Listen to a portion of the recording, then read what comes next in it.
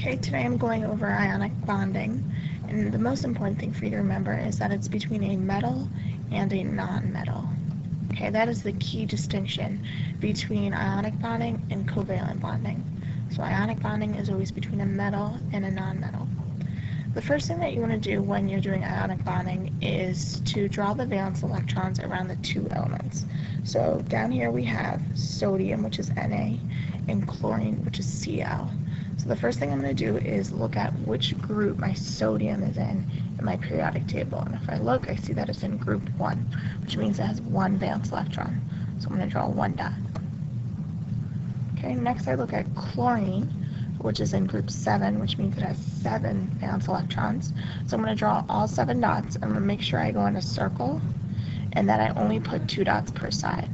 So I have 1, 2, 3, 4, 5, 6, and 7.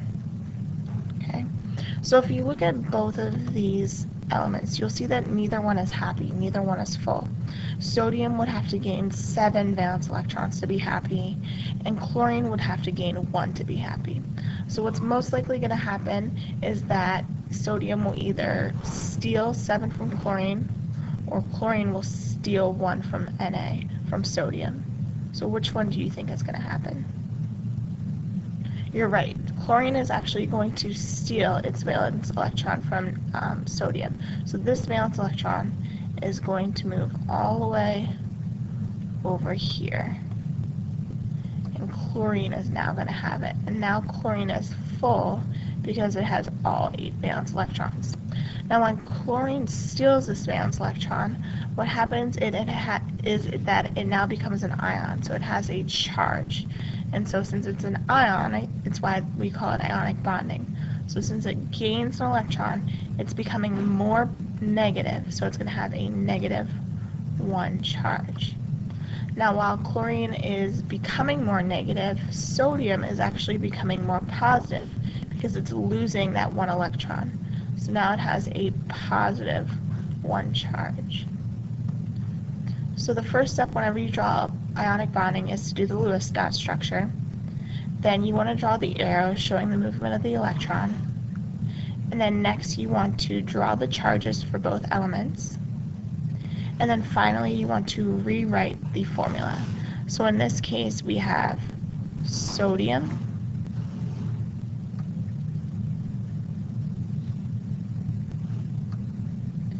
and chlorine. And we include the charges with this, so it's going to have a -1 and a +1. Okay, and that's how we do an ionic bonding between sodium and chlorine. Let's go ahead and try our next example. Okay, so for this one, we're going to draw our Lewis dot structure. So for magnesium, it's in group 2, so I have 2 valence electrons.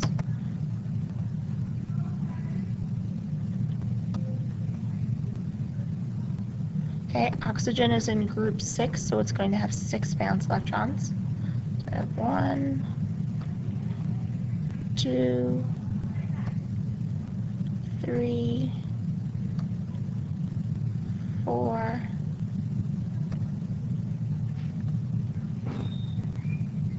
5, and 6. So neither one of these elements are happy because neither are full.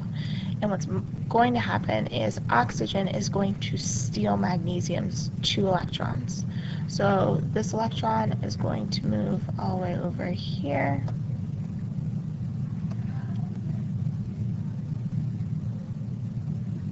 And then this electron is going to move over here.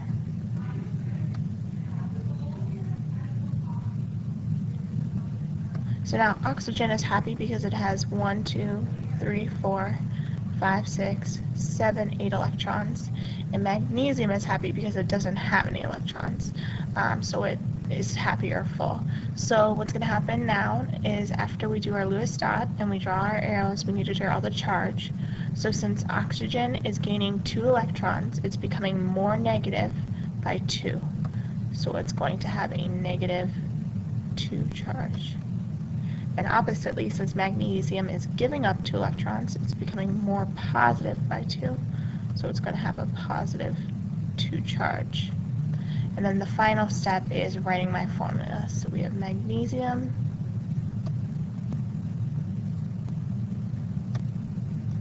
and oxygen. And then I need to remember my charge. So -2 for the oxygen and +2 for the magnesium.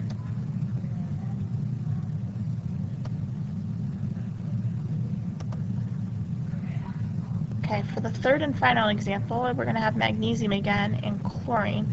This one's going to be a little bit different though.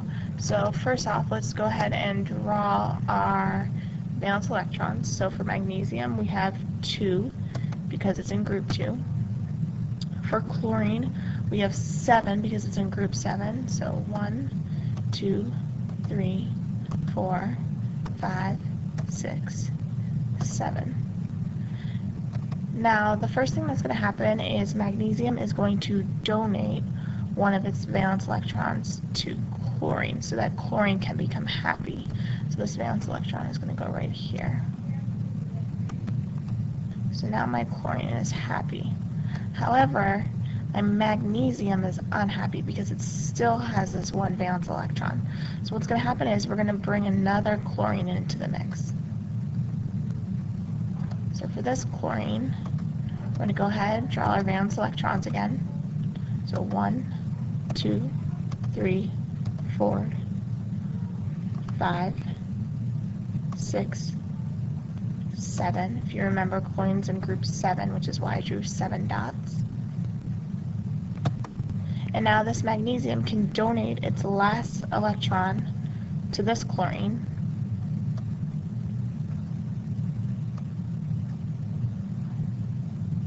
Okay, so now my chlorine is happy down here because it has 8 valence electrons. 1, 2, 3, 4, 5, 6, 7, 8. My magnesium is happy because it doesn't have any valence electrons. And this chlorine is happy because it has all 8 as well. So the next step I need to do after I drew my list dot and I did my arrows is to draw my charge. So since chlorine gains electron, it's becoming more negative by 1. Same for down here, more negative by 1. And then this magnesium is becoming more positive since it's giving away 2 of its negative electrons. So it's going to have a +2 charge. So my last step, when I rewrite my formula, I have magnesium